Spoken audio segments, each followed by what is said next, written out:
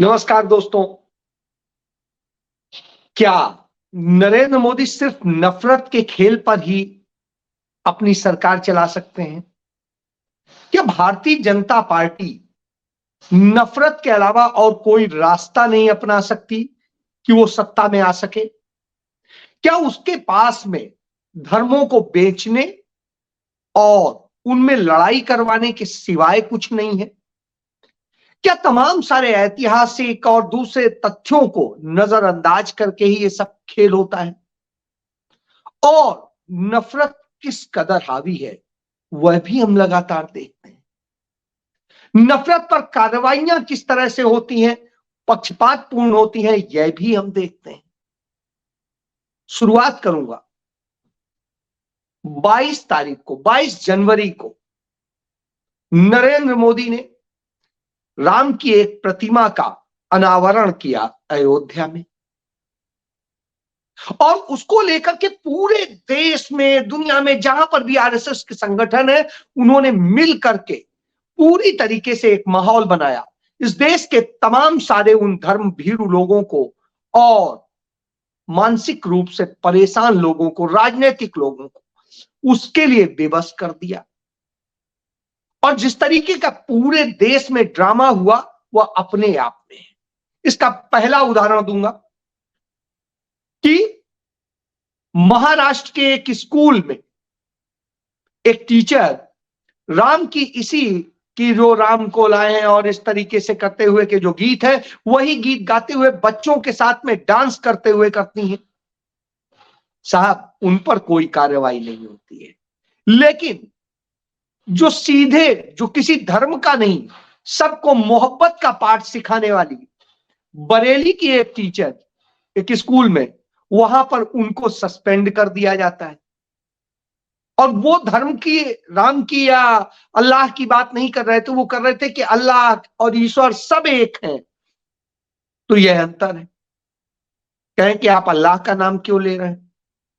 चलिए, दूसरी तरफ जिस तरीके से जब राम मंदिर में शिलान्यास का, प्राण प्रतिष्ठा का कार्यक्रम जब हो रहा था, उसी दौर में देश भर में तमाम जगह अराजक गुंडे झंडा लेकर के जय श्री राम बोलते हुए के जो जुलूस निकाल रहे थे, उन जुलूसों में क्या हुआ, मुंबई में मीरा रोड पर जिस तरीके से उन्होंने महिलाओं के साथ में और दूसरे सब लोगों के साथ में जय श्री राम बोल करके बदतमीजी करी और दूसरी घटनाएं करी, उसके कारण आक्रोशित लोगों ने उस पर प्रत्युत्तर दिया। और जब प्रतिक्रिया की तो साहब यह हालत हुई कि उनके ऊपर बुलडोजर चल जाता है, लेकिन बाकी साहब कुछ नहीं होता है। वही दूसरी तरफ जहां वहां पर तो बुलडोजर चल जाता है उन पर जो उस प्रतिक्रिया स्वरूप आए थे, लेकिन उन महिलाओं से और दूसरों से, सबसे जो बदतमीजी करने वाले और दूसरे धार्मिक स्थानों पर झंडे गाड़ने वाले और दूसरी चीजें करने वालों पर कोई कार्रवाई नहीं होती है। वहीं लखनऊ के हजरतगंज में मां बहन की गालियां देते हुए का डीजे बजता है, मां की गाली दी जाती है, सरेआम बजता है। चंद दूरी पर मुख्यमंत्री का कार्यालय है, विधानसभा है, सचिवालय है, बंगला है और राज्यपाल का है। सब थोड़ी दूर पे ही पुलिस स्टेशन है, सब कुछ है, बावजूद इसके कोई कार्रवाई करने वाला नहीं, कोई कहने वाला नहीं। और इस तरीके से सरेआम बज रहा है, बड़ी तेजी तेजी बज रहा है। यह स्थिति होती है। साहब, वहां किसके ऊपर बुलडोजर चला, किस पर क्या कार्रवाई हुई? नहीं हुई। लेकिन यदि कोई मुस्लिम सिर्फ कमेंट कर दे तो उसके ऊपर क्या हो जाता है हम देखते हैं। छोड़िए इस पर, आए जिस तरीके से नफरत फैलाने और सब चीजों का किया जाता है, मुझे आज भी याद आता है 22 जनवरी 1999 उड़ीसा में अब ग्राहम स्टेन थे, फादर थे, ऑस्ट्रेलियाई नागरिक थे, और उन्होंने अपने धर्म के प्रचार करते थे। उनके दो प्यारे से बच्चे थे, पत्नी थी और वो सब, और आरएसएस का वह दारा सिंह और नरेंद्र मोदी सरकार में कुछ दिनों मंत्री रहा सारंगी, वो सब साजिश रचते हैं और साजिश रचने के बाद दारा सिंह उनकी जिस तरीके से विभत्स तरीके से हत्या करते हैं और सब कुछ करते हैं, उसका नतीजा क्या होता है? पूरे देश को आग लगाने का काम होता है। और यह आग लगाने का काम जिस तरीके से किया जाता है, पूरी दुनिया में भारत कलंकित होता है। यह काम भी हुआ था, इसको क्या हम भूल सकते हैं? वह दुखद पल, छोटे छोटे बच्चों को आप जला के मार दे रहे हैं, क्या उनका दोष था? इस तरह की हरकतें होती हैं। यह नफरत की पराकाष्ठा है। और नफरत की पराकाष्ठा पर जब हम ये बात करें तो निश्चित रूप से मंदिर बन रहा है, निश्चित रूप से उसको मानने वालों को खुश होना चाहिए, उनकी खुशी में मुझे कोई आपत्ति नहीं, खुश हो, ये अच्छी बात है। लेकिन दूसरे धर्म के स्थानों पर आप अपने झंडे कैसे गाड़ सकते हैं? क्या आप मंजूर करेंगे कि आपके धर्म के स्थानों पर, मंदिरों पर आकर के कोई दूसरे धर्म के झंडे गाड़े, दूसरे धर्म के वो करे और गाली गलौज करें, नारेबाजी वहां कीजिए? यह क्या है? यह जिस तरीके के डीजे बजे, जिस तरीके से लड़कियों से छेड़छाड़ हुई, ये सब क्या संदेश देते हैं? संदेश देते हैं ऐसे लोगों के मन में राम नहीं है। राम का जो चरित्र बताया गया है, वो चरित्र तो सबको समाहित करने वाला प्रेम का चरित्र है। और राम के उस प्रेम के चरित्र को, जिसमें कोल, भील जैसे भी आते हैं, बानर भी आते हैं, रीछ भी आते हैं, भालू भी आते हैं, सबको आदर भाव से प्यार से रखते हैं। सबकी अपनी अलग अलग संस्कृति है, अलग अलग तरीका है। लेकिन यहां क्या होता है? नहीं, सबको खत्म कर दो, सिर्फ हम रहेंगे। और ये आपका ना तो धर्म है, ना आपकी एक मानवता है। और ऐसे लोगों के मन में राम नहीं हो सकते, और कुछ भी हो सकता, क्योंकि राम प्रेम में बस।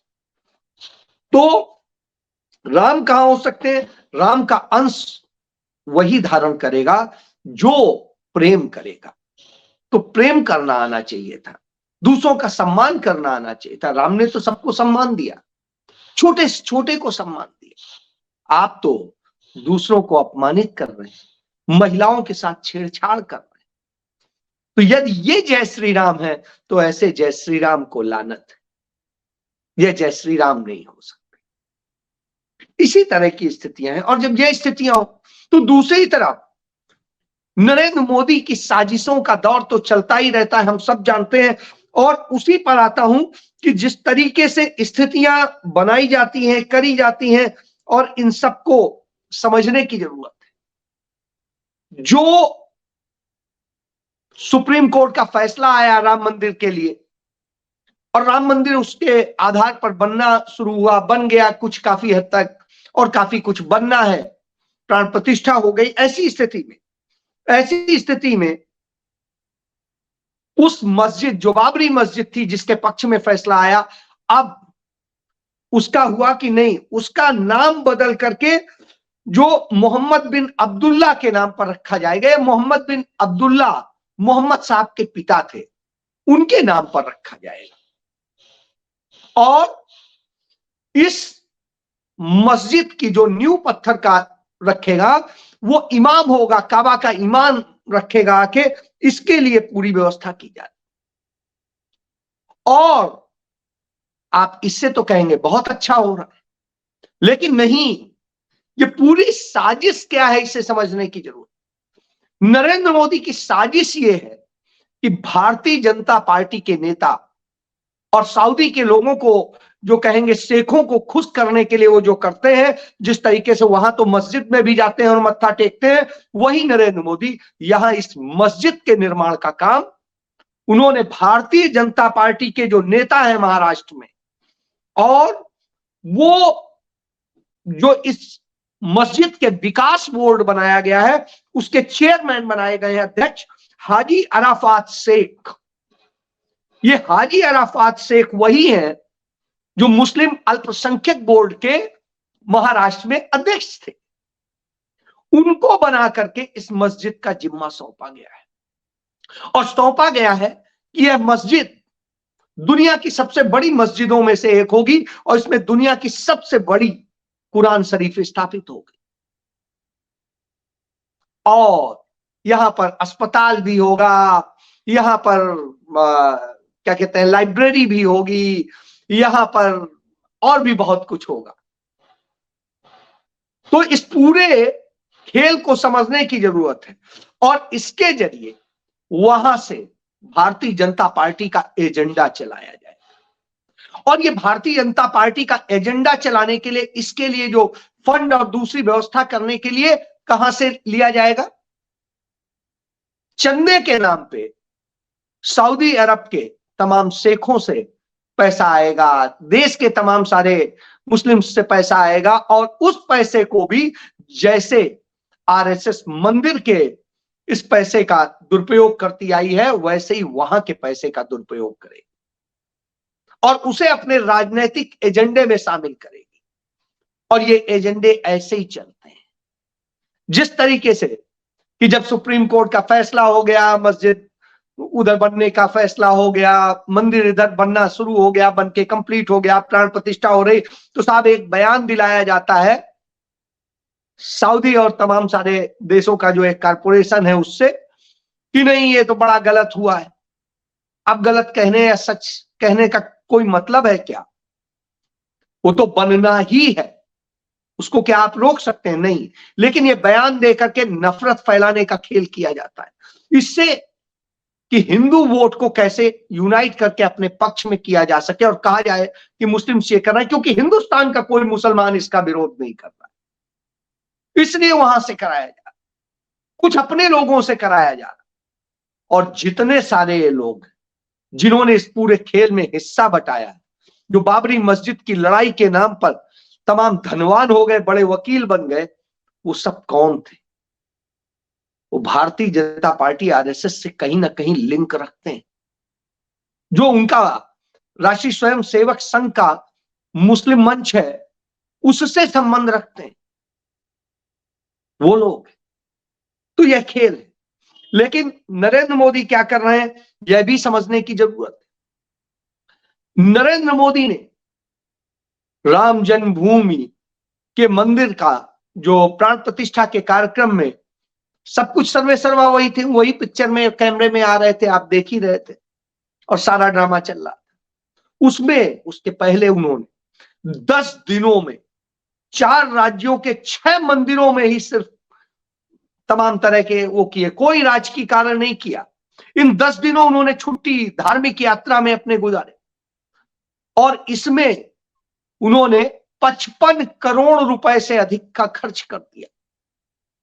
55 करोड़ रुपया कोई उन्होंने उन मंदिरों को नहीं दे दिया या किसी व्यक्ति को नहीं दे दिया, अपने ऊपर खर्च किया। नरेंद्र मोदी की इन यात्राओं पे खर्च हुआ 55 करोड़। अब आप समझिए 55 करोड़ रुपया खर्च करके 6 मंदिरों में वो यात्रा करते रहे। वो 12 जनवरी को पंचवटी मंदिर में थे और उसके बाद में वो लगातार 16 को लेपाक्षी वीरभद्र मंदिर में थे, 17 को थ्रिसरूर में श्री रामस्वामी मंदिर में थे, उसके बाद में 20 को त्रिची में रंगनाथ स्वामी मंदिर में थे, फिर 20 को ही रामेश्वरम में रामानाथ स्वामी मंदिर में थे, फिर 21 को धनुषकोण में थे। तो इस तरीके से वो लगातार ये करते रहे और उन्होंने ये सारा पूरा किया।